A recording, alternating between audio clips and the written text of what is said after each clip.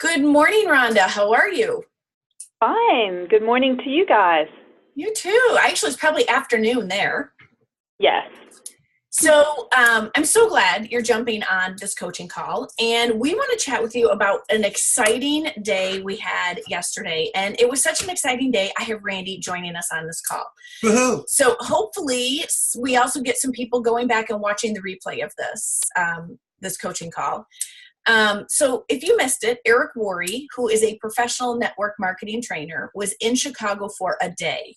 And I was so excited because we had 10 team members there. There was 11, including all me and Randy as well. So 11, Lisa flew in from Boston. Polly flew in from Pennsylvania. Who else was there's a couple other people there that came in from different states. I got to meet Cindy Walters' son from Ohio. So it was a really great day, jam-packed. Yep. Do you want to kick off your first couple of ahas that you had from the day, or a couple of points that really hit you?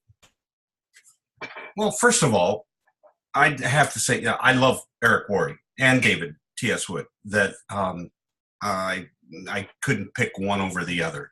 I find that they both stretch you immensely in everything they do. And one of the first things he did is, setting the goal that you want by the end of the year. And then he said, okay, everybody got the goal, now double it. And that really kind of puts a lump in your throat, going, oh my gosh. He said, are you uncomfortable now? And it was wonderful, and that's what the whole day was like, with everything that I saw in there. Specifically, there were moments in there that I did feel like he was talking to me, that one about fear, afraid of being judged, which he was comparing the employee-minded mindset versus the entrepreneurial mindset. And I find that I still fall back into the employee-based mindset, which is understandable. I was one for 44 years. And I do worry about being judged, that I've got this image of myself in my head. And it's not that I'm afraid to fail, because over the course of my career, I've failed a number of times to be able to progress. And I understand the process, but I don't like being judged. So, it's one of those is I need to get out of my own head. And it's not about me. It's about serving others. So a couple things that I thought was interesting is he talked about there's two parts to network marketing. First part is considered business. And within your business, the most important parts is that you want to be duplicatable, you want to have leverage, you want to have time freedom and financial freedom. That's the business part. The second part of network marketing is the job. And the job is to find prospects, to present, to follow up, to close, to get them started. He said, and this was the key quote, I thought, most people want a business, but they're not willing to do the job. Yeah.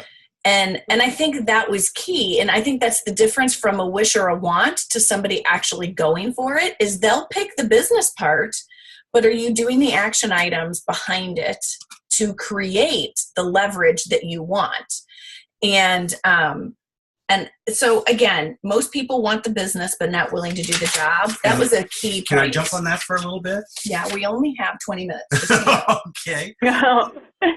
One of the things that I see in that is that when people first start out, they see that first cycle, that first PIB, and they get excited, which is great. You want them to, and it's important to have those. And they think, okay, this is really easy. This is all I have to do, and I really haven't done anything. Well, that's the whole thing, is that you do have to do things if you want this to continue on a regular basis, is that it is still a job kind of, but it's something that really is fun and it's enjoyable, but you have to put the time in. And piggybacking on that, and I've heard this before, but some of you guys may not have heard this, is that what happens with an entrepreneur, and especially in network marketing, is that in the beginning, and he didn't give a time frame, well, he kind of did, but he said typically beginning is under 5 years. I'll say under 5 years, we'll keep it at that. In the beginning, you're underpaid. And then for a short while, you're fairly paid. And then for the long haul, you're overpaid. Right. So it really is the compounding effect with network marketing. Is, yeah, you may work a little harder in the beginning, but then with the compounding effect, because it's not just who we know, it's who our team knows and who they know and who they know and who they know, that we know with our compensation plan, there is no ceiling. There is no floor in the tree line, that it's endless on both ends. And so if people are willing, and that they say most people in network marketing overestimate what they're going to make the first year and underestimate what they're going to make the following years. Well, this kind of builds on that. That if you're willing to do that work in the beginning and put more work in than what you're getting compensated, in the long haul, typically post 5 years, you're going to be overcompensated for the effort that you're putting in at that point. And so are you willing to do the work to get there? And I think to put that into perspective, because he also talks about 90-day game plans, and he's always been doing those with his network marketing jobs, just like we have with Isagenix. And he said, if you're willing to do the 90-day game plan and really put yourself into it, he says that will set you up for months following that. And he said, in his career, to earn millions of dollars, he had 6 primary 90-day game plans where he told his family, he said, I need your support, but I'm going to go in here and work my butt off. And he did. It was like 8 in the morning until midnight. And he did that every week for 90 days and achieved his millions. That may be extreme for some, but it shows that you do have to really put yourself in it for a while, whatever you can find for time to be able to really get that push to take advantage of it. And Jill Kerwin had ridden with us into Chicago, so we were talking about this concept with her on the drive coming back, that are we treating this like a job, and are we really working in the pockets of our life? So a lot of team members have a primary job right now. And so are you taking advantage of getting up an hour or a half an hour earlier and doing a little bit of work before work? Are you taking advantage of your lunch hour? Are you willing to put in a half an hour after work? Are you willing to give it a couple hours or a half a day or a full day on a Saturday? And that's the game-changing behavior, is working those pockets. And again, like Randy said, don't do it forever. Push yourself. And he said, maybe 90 days you can't comprehend pushing yourself that hard. So maybe it's 60 days, and maybe that still seems impossible. So for 30 days, come up for your sprint, but then do it. Go for that sprint and see what you can accomplish in that 30 days. And one of the other things that he said that goes along with this is, it goes with your mindset, that if Isagenix is not your primary focus, then you're not going to succeed in Isagenix. Now, I had an airline pilot job, and obviously that was my primary focus because I was intent on having that paycheck, intent on having the insurance benefits. And so, the business grew, but it was growing slowly. And we have evolved. Jody joined me, and her primary focus was Isagenix. And that's when our business really started to jump. And somehow, you have to have that shift of mindset in there so that what you focus on, you're going to find. And if you want Isagenix to be your vehicle, then you have to change the mindset. So I'm going to have you guys entertain me for a second, because I'm going to have you do an exercise that he had us do. So Rhonda and anybody watching this on the recording, grab a sheet of paper, can be a small sheet of paper, and I want you on one side of it, and I'll do it with you so I can hold it up and show you, is write primary income. And then next to it, write ISA. So if you're watching, you're just going to separate and put primary income and ISA. And really, ISA stands for income. I just ran out of room on my paper. And then under each of those, put what your monthly income is. So under primary income, if you have a job outside of Isagenix, write down what that primary income is on a monthly basis. And then under the ISA one, ISA income, write down how much you're bringing in with your Isagenix business on a monthly basis. Are you able to follow what I'm saying, Rhonda? Yes. Okay. So if you're looking at those two categories, which one is the bigger amount? So which one would you consider your primary income source at this point? And for most people, it would be Your primary your job. My primary. If you want Isagenix to really feed you that residual income, to really knock it out of the park with 6-7 figure incomes, he said it's not about the time, it's about the mental focus, you getting your subconscious mind to work for you. And if you serve Isagenix as your primary income source, you will get the results of it being your primary income source. So again, a lot of it is setting your mindset in that zone. And he talked about how often, and granted, he didn't even talk Isagenix with health benefits. His primary job was talking about how to present Isagenix with the business opportunity, which I think a lot of us, me included, get nervous about or scared about or prejudge. And so we tend to shy away from that. Now, an interesting stat he gave, and he's done some research over this, is that over time, they studied the difference of people coming in for the products and people coming in for the business. And in the long end, it ended up being 50-50. That 50% of the people who came in for the products ended up staying for the business, and 50% who came in for the business ended up staying because of the products. So that to me was a little mind-blowing, because I am more of that mindset of I want them to fall in love, I want them to have results, and I want them to become believers in the product first.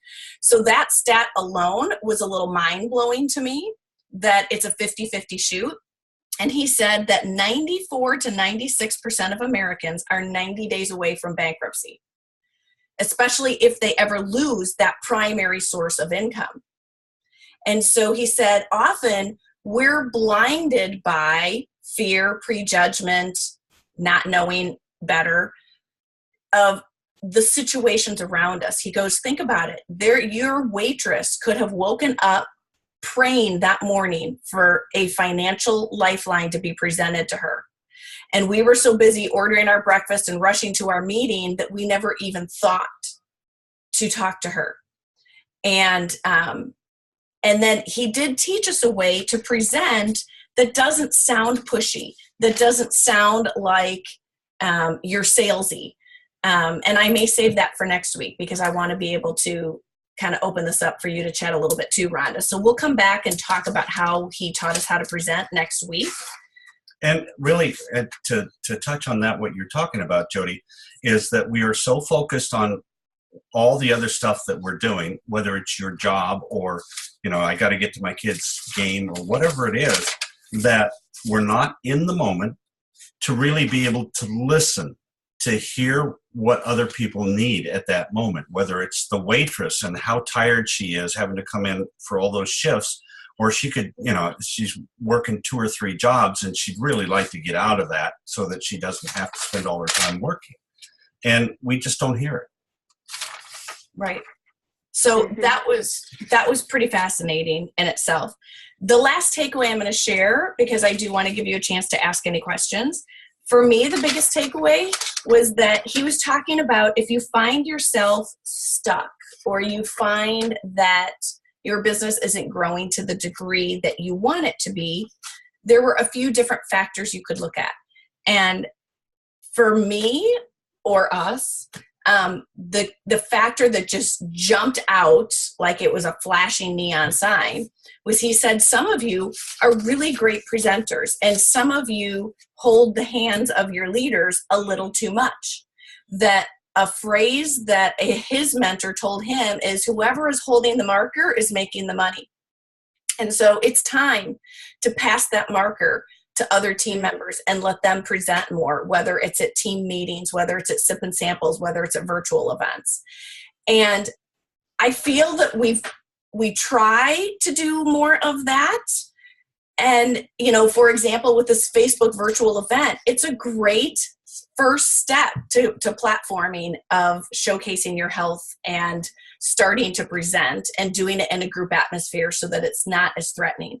And I do have to say kudos to you, Rhonda, because you're kind of forced into a situation that we're here in Chicago, you're in West Virginia, you're kind of out there on your own, that you've had to incorporate team meetings, you've had to do your own sip and samples, you've chosen to participate in the Facebook virtual events.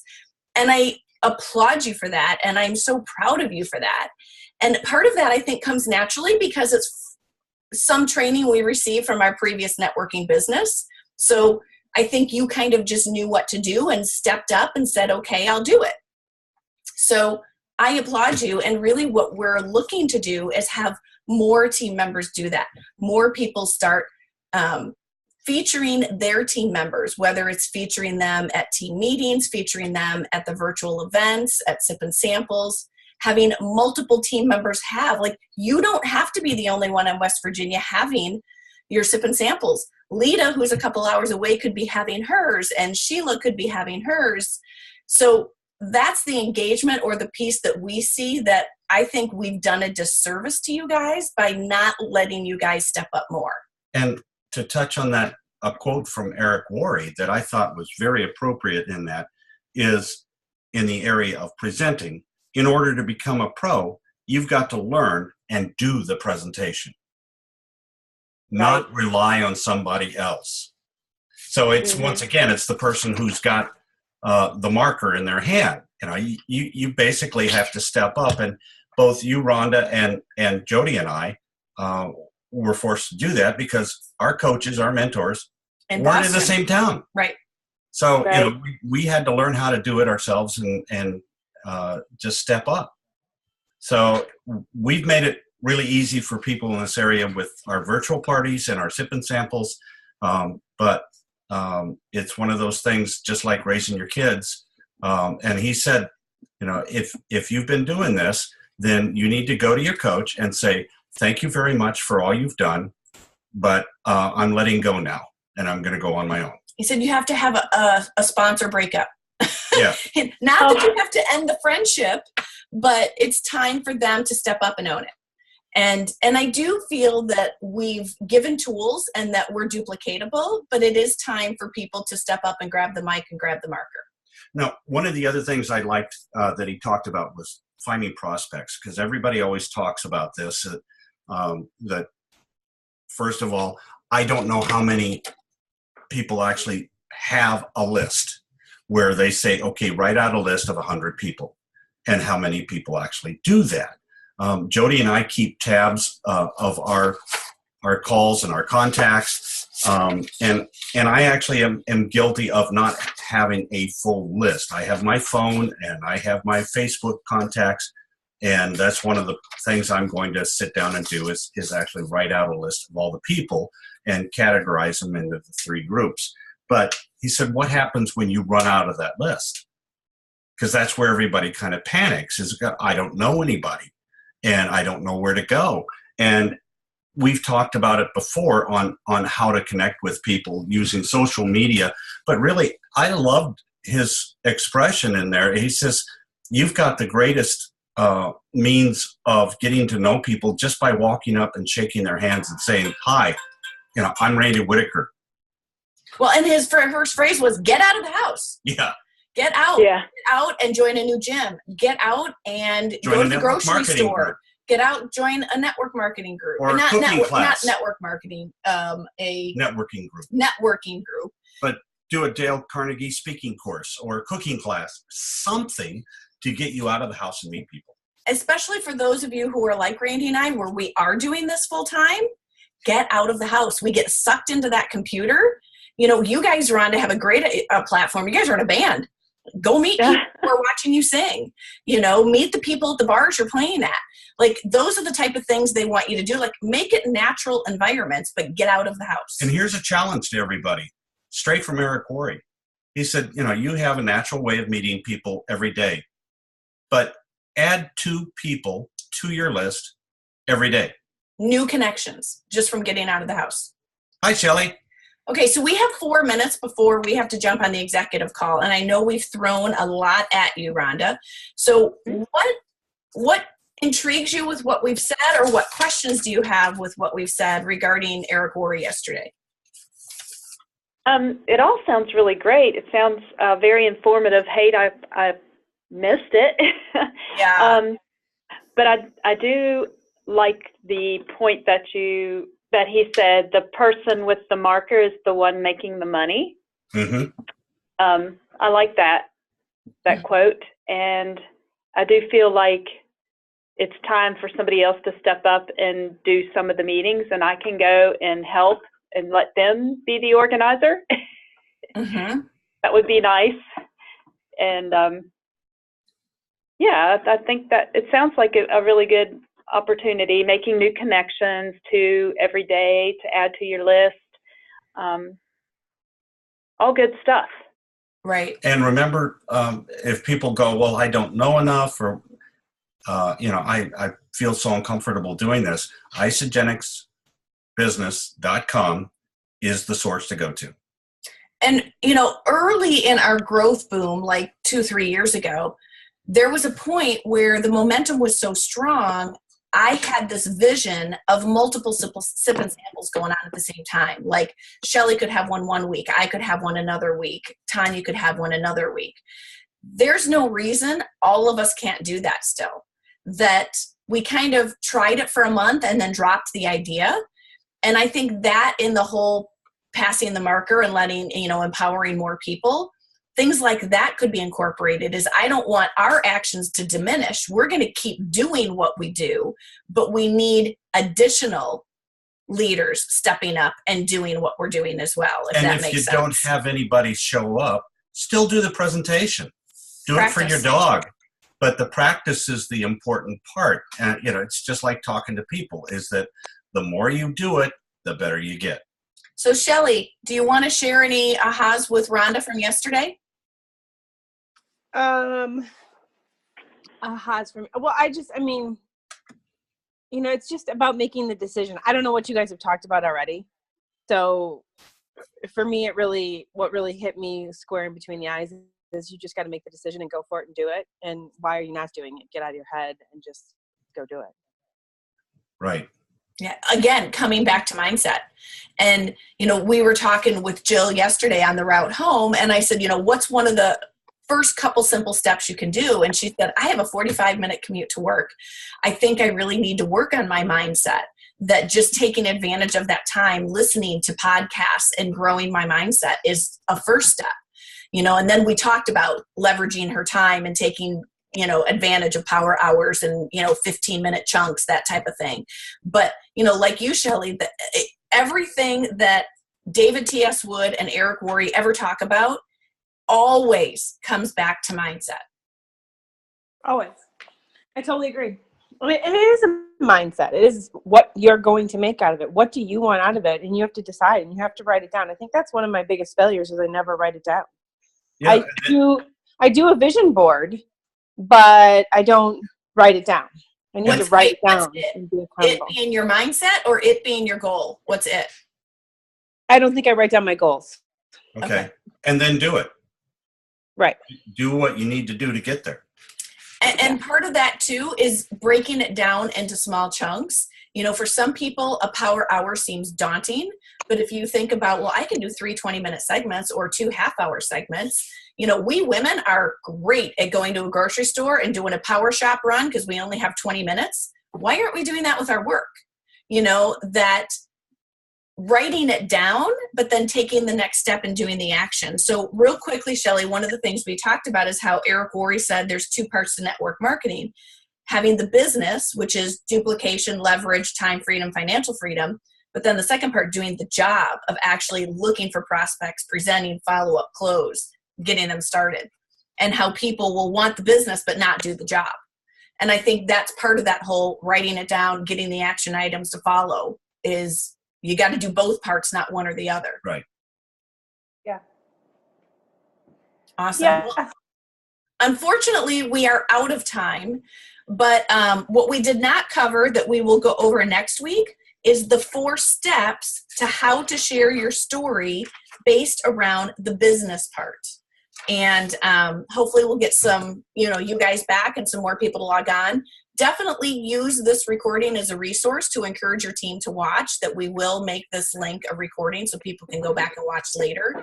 And Shelley, if you want to go back and, catch up the parts you missed, you're welcome to do that as well. But I see momentum coming out of this event because there is so much into ownership and going out and being in action. So I'm hoping we can get more people back engaged on group coaching calls and team meetings and sip and samples and virtual events, that it's that action that's going to create that momentum. I would, I agree with you, Jody, but I would just send Rhonda, I'm sure you took a picture of that slide. Send Rhonda that picture of that slide that talks about that, because if you guys have already talked about it, she already knows what she needs to do. Which slide are we talking about? The slide with the 4 steps. Oh, yeah, we're going to do that next week. I'm going to break it down because there was so much to cover. We haven't even done that yet. So I will take a pic, write it out, and then put that in with next week's. Got it. Perfect. Great idea, because having it in writing will help the visual people. Yeah. All right, everybody, have a great day, and we will talk next week. Okay, you too. Thank you. Bye-bye. Bye. Bye.